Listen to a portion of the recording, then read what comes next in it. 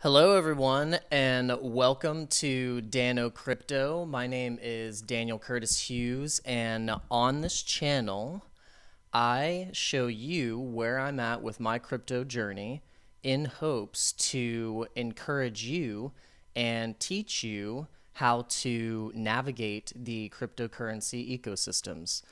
So, welcome back. If you are a new viewer, please hit the subscribe button, hit the bell to be notified when I make any new crypto videos, and be sure to go through and watch all of my new videos and my crypto shorts. Those have been really fun to make with the green screen feature.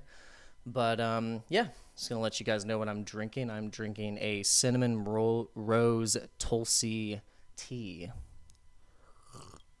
because I need to calm myself down. I've had a lot on my mind recently, very caffeinated. When I have a lot on my mind, I feel like I drink more caffeine for some reason, just because I like almost this like crackhead type of thing going on. Like you just pump caffeine, you got all these thoughts racing, but yeah, I feel like, but it's good thoughts. It's nothing bad. I think what is fueling all of these thoughts about money and crypto and business, finance, like all of these things that are becoming hot topics right now. I think what it is there's something bubbling up under the surface, and I think it's pretty easy to see if you are being aware of what is happening around the money markets, financial markets, the commodities, trading, anything that has to do with assets. There's something happening where there's a huge transition that is coming afoot. And if you were to just watch the news, listen to what these CEOs are saying. I mean, basically, what we had happen just a few days ago, we had a congressional hearing held with six CEOs of crypto exchanges, and what they did is they had a meeting and asking questions to help Congress and lawmakers basically better understand blockchain.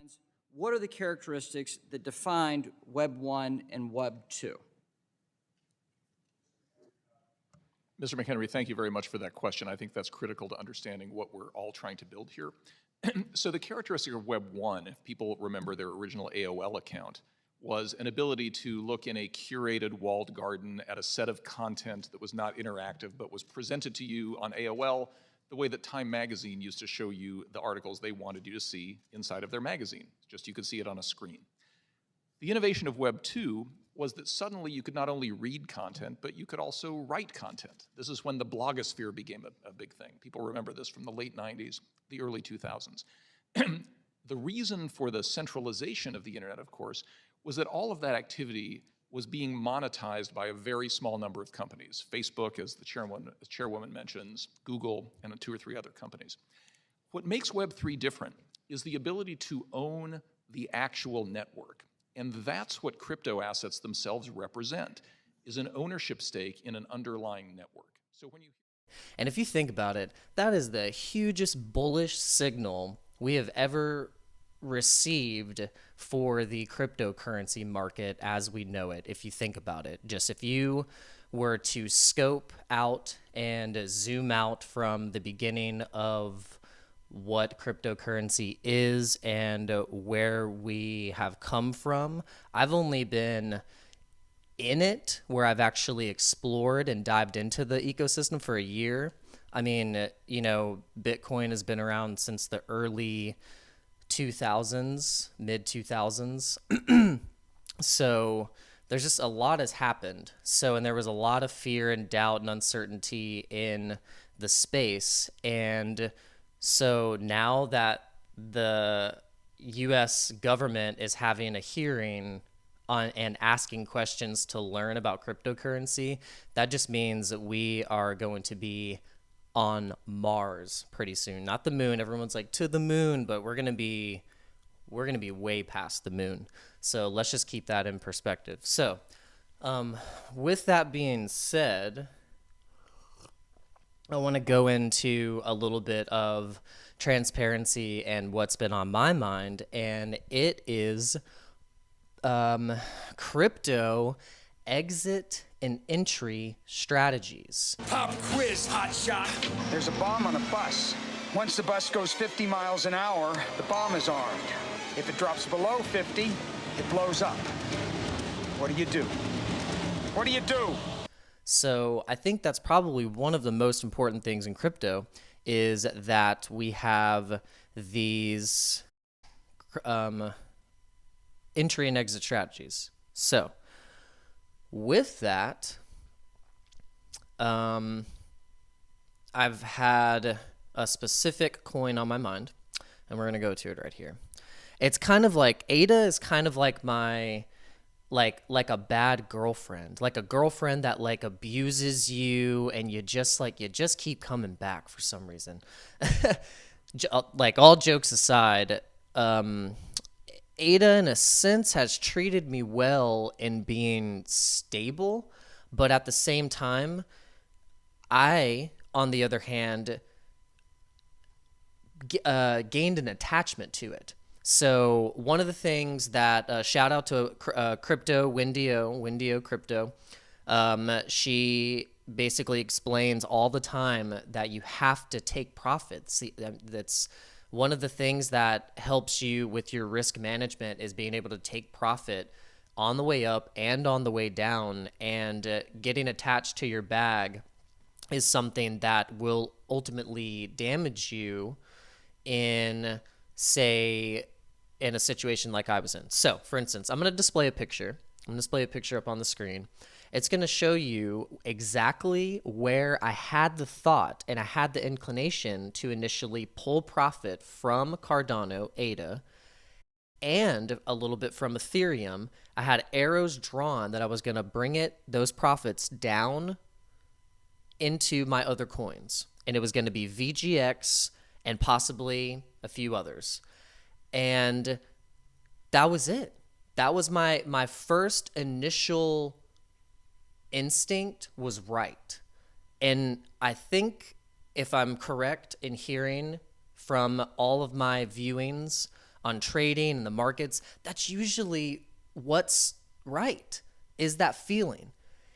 I mean, it's not like a guarantee, but I mean it. You kind of can go off of that. Because if you were to just look at my picture that I'm going to put up on the screen, and then look at where ADA is right now and how the market has moved, and if I would have made those moves, my portfolio would be at such a higher amount than what it is right now. I haven't lost money, but the money that I could have made would be substantial. So that's just an important lesson that I'm learning, and I really want to get this off my chest and share it with you guys, because I know that in this market and how it is volatile, but also can be stable and can be parabolic all at the same time. It all depends on how you use it. And that's what's really cool about crypto, is that there's all kinds of different ways that you can use it to your advantage to be able to survive in the market. And that's what I'm learning. And I'm hoping that you guys are taking these key points and implementing them and doing it. Because the only way that you're gonna learn is to do it. And I'm doing it, making the mistakes, and boy, hell, I am making the change. And you know what? It's making me a better trader, and it will make me a millionaire in the future. And I hope it'll help you do the same. So, now that I'm off my crypto soapbox, I want to go into another little mini topic, and it's little moves that I've been making in this little mini crash, and trying to not get too emotional about it and be like, oh, No, because my total profits basically were about up to $2,000 in total return from the coins that I was holding in a specific exchange, Voyager. And now it's down to a total return of about 600. So what I've been doing now that I know that my overall profit is where it's at, I started to just kind of move some crypto around, make some moves to be able to potentially up some percentages and try to take advantage of some of these dips. So what I did, I was able to catch a profit on ADA before it fully dipped all the way down into the negative of my total average cost. And I put that into EOS. There has been some news around EOS blockchain, and it is that the bullish exchange that is going to be released soon is operating on that blockchain.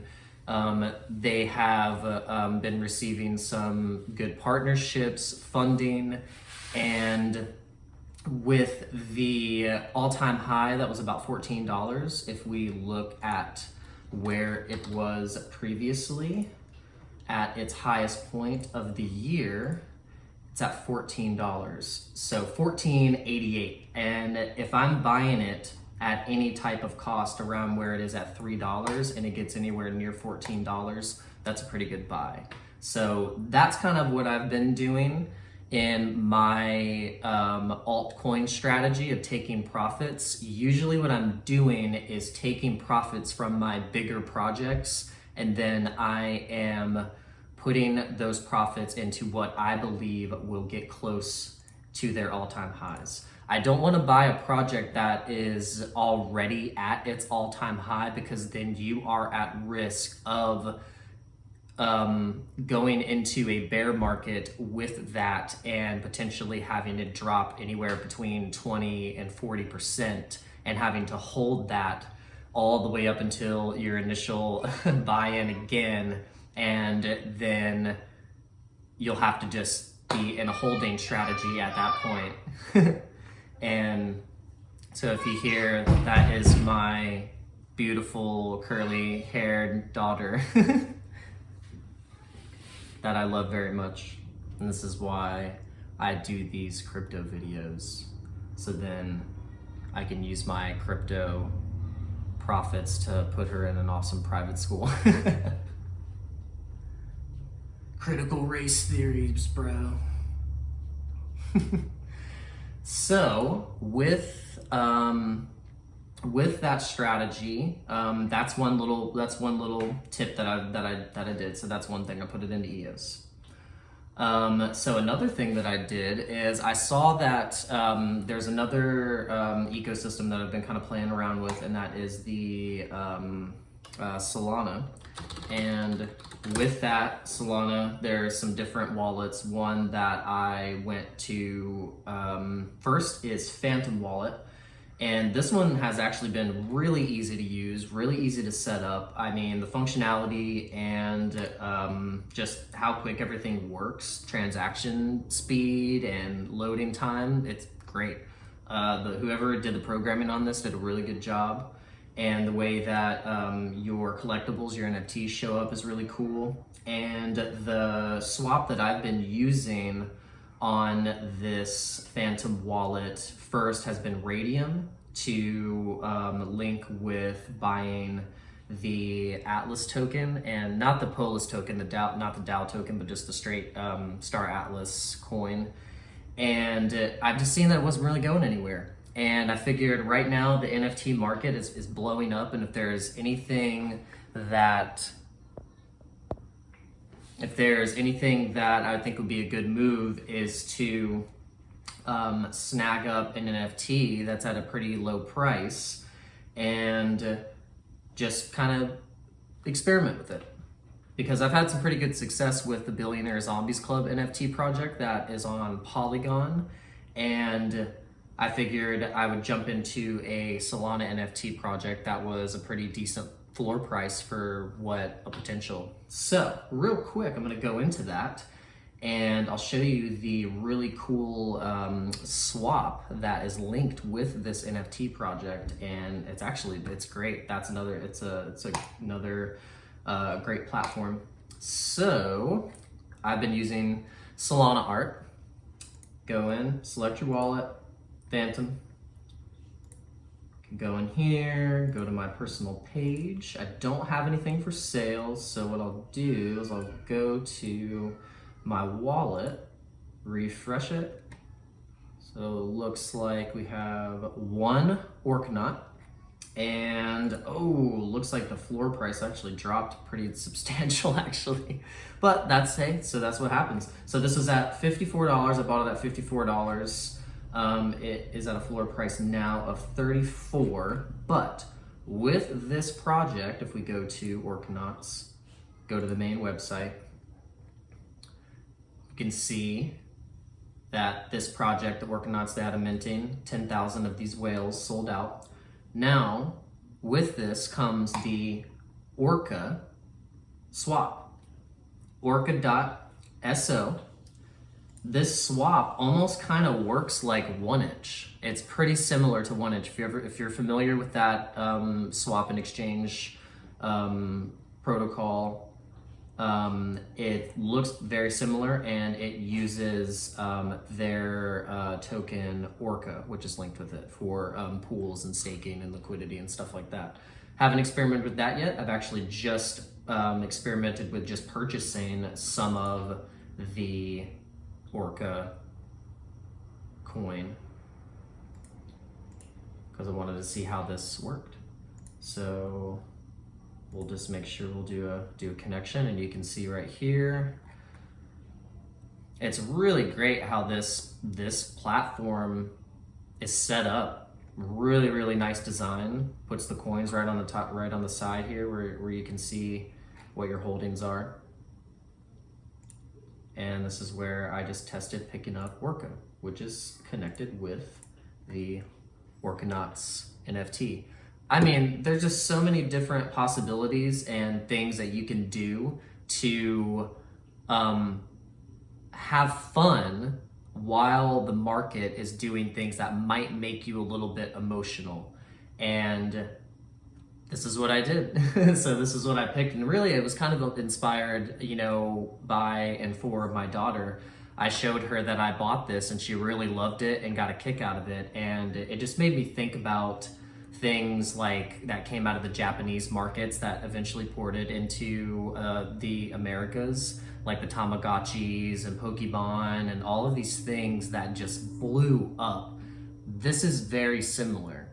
It's exactly the same. It just has, really cool technology that's behind it.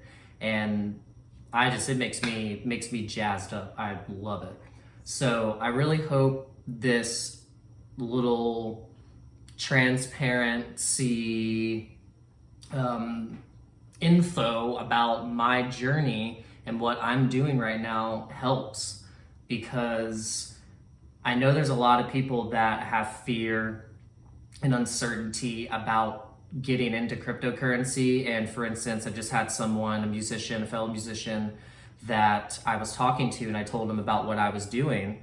And he said, yeah, I kind of own like a little bit of Bitcoin, and, and I don't really have anything right now. And I'm, trying to talk to my wife about it. And that's the number one thing that I've been hearing is about partners and in different like marriages, for instance, talking about cryptocurrency, and it's either maybe the wife or the husband. And right now, I've just been mostly hearing that it's like the wife is kind of on the fence and doesn't, is not sure. Well, let me tell you, send them to my channel, and I hope that in watching and explaining what I've done and what I've told my wife and the way that I've kind of massaged the idea of crypto, it will help tremendously. And I would just say that it really will get your feet moving in the right direction of where pretty much the whole world is going. So with that being said, thank you so much for watching this video. If you've watched it all the way to the end, Please leave a comment. Let me know if you want a specific video made on a project, and I'll do my best to answer and hopefully make a video on that. And thank you so much for subscribing and watching. Be sure to hit the like button, and if you haven't subscribed yet, please subscribe. I feel like there's a common theme that a lot of people, they'll watch content and they'll like it and then they don't subscribe. So be sure to hit that subscribe button. And thank you again very much. Peace.